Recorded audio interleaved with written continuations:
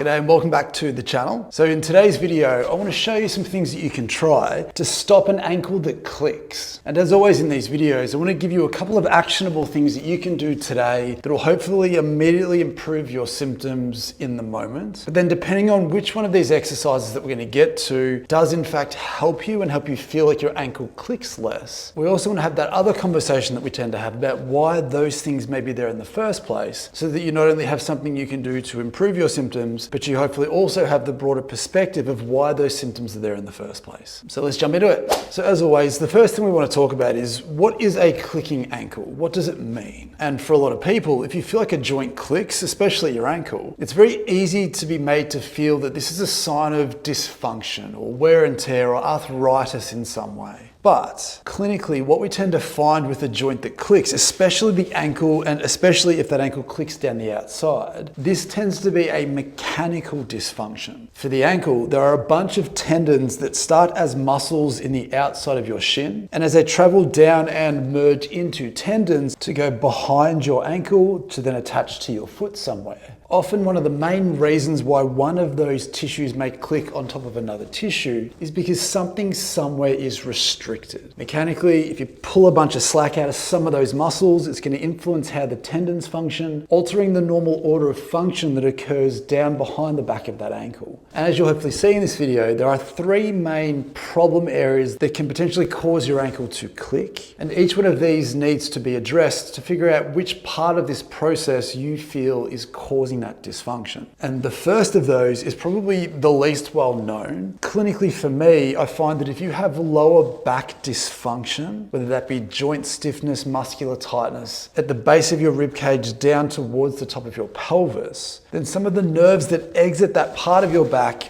run down through your leg, especially the sciatic nerve as it comes down towards the back of your knee and splits, with one part going down the outside of your leg and one going down the back of your leg. Mechanically, if there is some dysfunction anywhere along the course of that nerve, more specifically at the origin of that nerve at your back, then it can essentially pull a bunch of slack out of the system, setting up your peroneal tissue to become dysfunctional, tight, and potentially cause some clicking. And as always, one of the best exercises that I've seen to locate and reduce potentially hidden lower back joint or tissue dysfunction is to use a lacrosse ball or a tennis ball of some sort. And obviously before we get to this, one of the big things that I try and promote on this channel and in my clinical day-to-day life is that I don't want people to have to trust me. We want to base everything on results, because it can sound very strange and a little bit left of center and a little bit weird to say that your ankle is clicking because your back's dysfunctional, especially if your back doesn't hurt. But if we base things on results,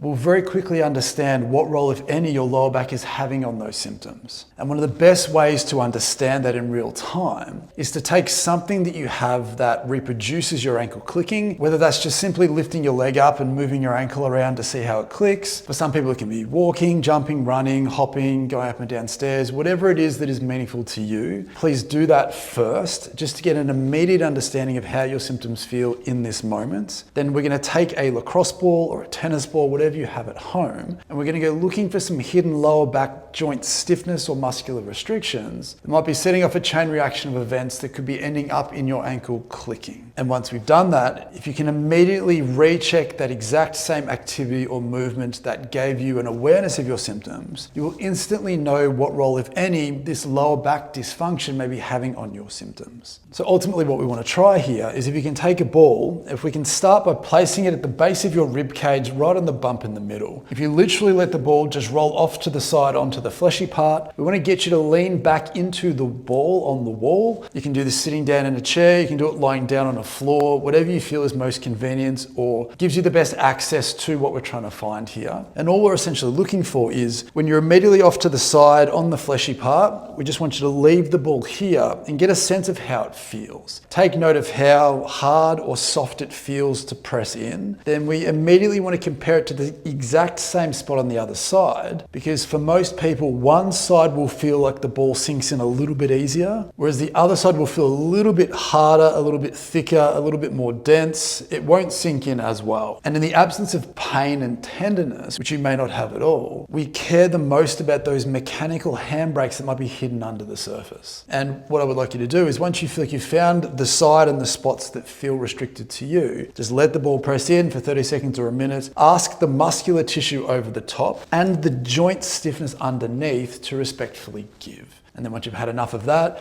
just literally move the ball down a little bit and systematically work your way down to the base of your spine to go looking for anything and everything that feels restricted, and give the ball a chance to ask that tissue to become less restricted. And as we mentioned before, if you can immediately go and redo the same movement or activity that alerts you to your clicking ankle symptoms, we need to know if anything has actually changed after doing this. Because if it has, then you may have just uncovered one of those really hidden missing pieces of the puzzle that you may never have noticed without having this conversation. And then following on from that, the next thing that we need to explore is the role of any peroneal muscle tightness and its ability to pull some slack out of the tendons as they cross the side of that ankle. So once you've explored what impact your lower back may be having on your clicking ankle, if any at all, we then want to have a look at the peroneal tissue itself to see if there's any restrictions in that tissue that's more directly pulling some slack out of your ankle. And once again, a very simple way to locate and mobilize tight muscular restrictions is either with a ball or with a foam roller. So we've already used the ball, but this time we're going to use the foam roller instead.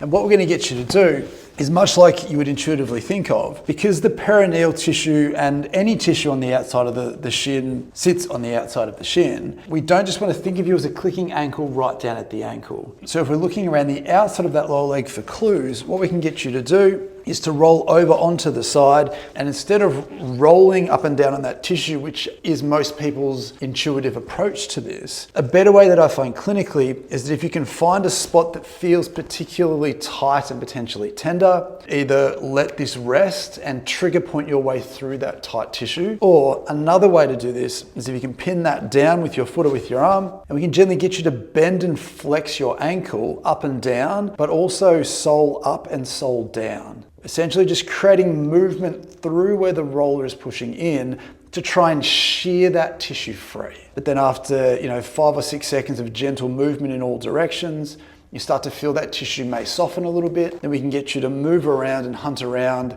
for the next most important piece of the puzzle for you. And like I always say on the channel, the best way to know what's connecting to what for you is to do something and then gauge everything by the results that you get. Because what's really interesting clinically is if your peroneals are the limiting factor, then that hidden lower back dysfunction could be the step before that may be asking those peroneals to be tight when they shouldn't be. There are obviously more things that can contribute to that. But again, the results should help make things a little bit more clearer for you than what they were before. And then once you've gone down that rabbit hole, the third thing that I want to try with you is we want to go looking to see what type of impact a stiff ankle joint might be having on your clicking ankle symptoms. And a great way to do that is with the banded ankle stretch. So as mentioned, when we're trying to understand whether your ankle joint capsular restrictions are having an impact on your ankle clicking, a great way to figure that out is with what we call the banded ankle stretch. And all you need essentially is a power band or a band that's attached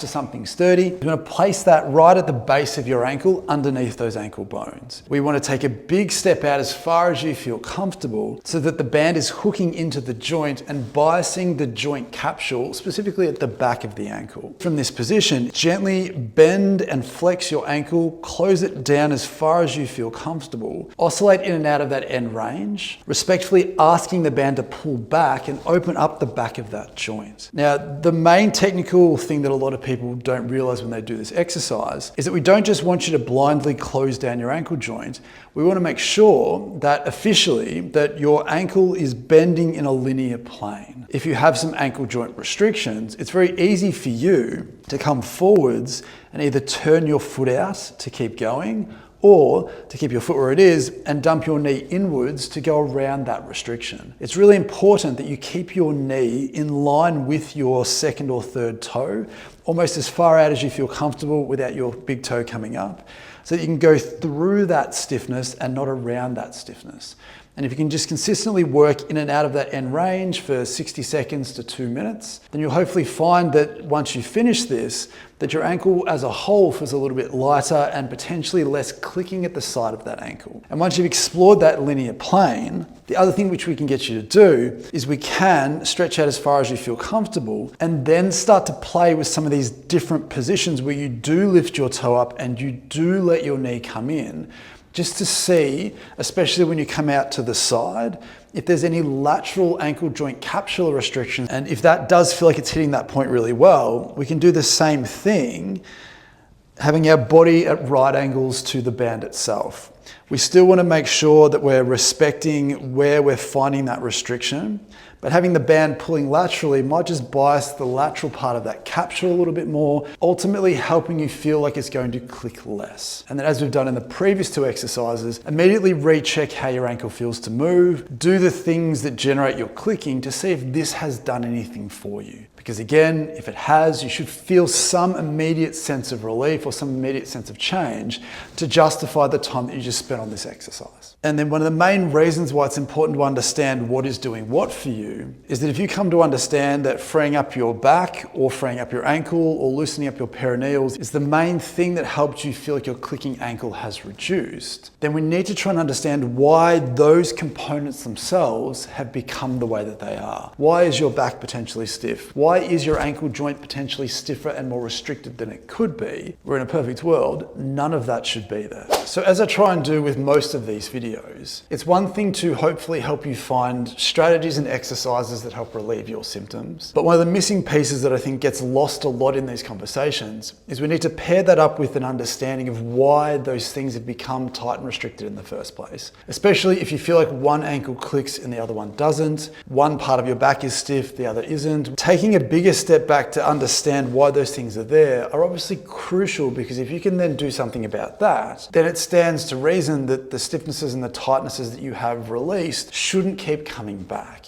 And for me, clinically, what I find is that the main reason why people's issues persist or they go away and come back again isn't necessarily because of how bad their symptoms are, which it can to some degree for some people, but more often than not, it's the environmental things around that that have caused this unknowingly are left to be there and consistently have the potential to drag you back to where you are now. And again, in the spirit of basing things on results, if you have found that by releasing some of that hidden stiffness in your lower back, that has had an impact on your clicking without touching your ankle, then it may require you to take a very good look at how you position your back throughout the day when you're sitting or standing to try and understand why that exact part of your back has become stiff, tight, and restricted in the first place. It's ultimately a postural conversation. Are you someone who sits up nice and tall or stands up nice and tall when you're leaning over doing something? Or are you like most people in this modern world, where it's very easy to get sucked out of that good shape, to get a little bit slouchy, to bend forward through your back, not necessarily through your hips. Again, if you can't pick up on where you might be losing that good position, overloading a specific segment of your back without realizing it, then again, it's hard to expect that that ankle or any other dysfunction that may be intrinsically linked to that will ever truly go away and not come back. And obviously, if you are someone who's found that by releasing some deeper ankle joint capsular restrictions, whether that be from a previous accident or an injury like a rolled ankle, or it just happens to be there, we want to pay attention to the environment that you put your foot and ankle into day to day to look for clues as to what might be asking that capsule, that ankle joint, to become stiff. And again, you may know this already, but one of the biggest causes, one of the 2 biggest causes of ankle joint restrictions, the first is sitting and just having your ankles stuck at that same position consistently. If it's one ankle and not both, maybe you're someone who sits in a certain position that biases your ankle joints differently, but just being stuck in that shape without necessarily expressing full range of motion consistently enough can ask the joint to become stiffer and rustier than it needs to be. But more importantly, one of the main reasons why I find that ankles become stiff clinically is the types of shoes that we wear, specifically heeled shoes. If you are in a shoe that has a heel that's thicker at the back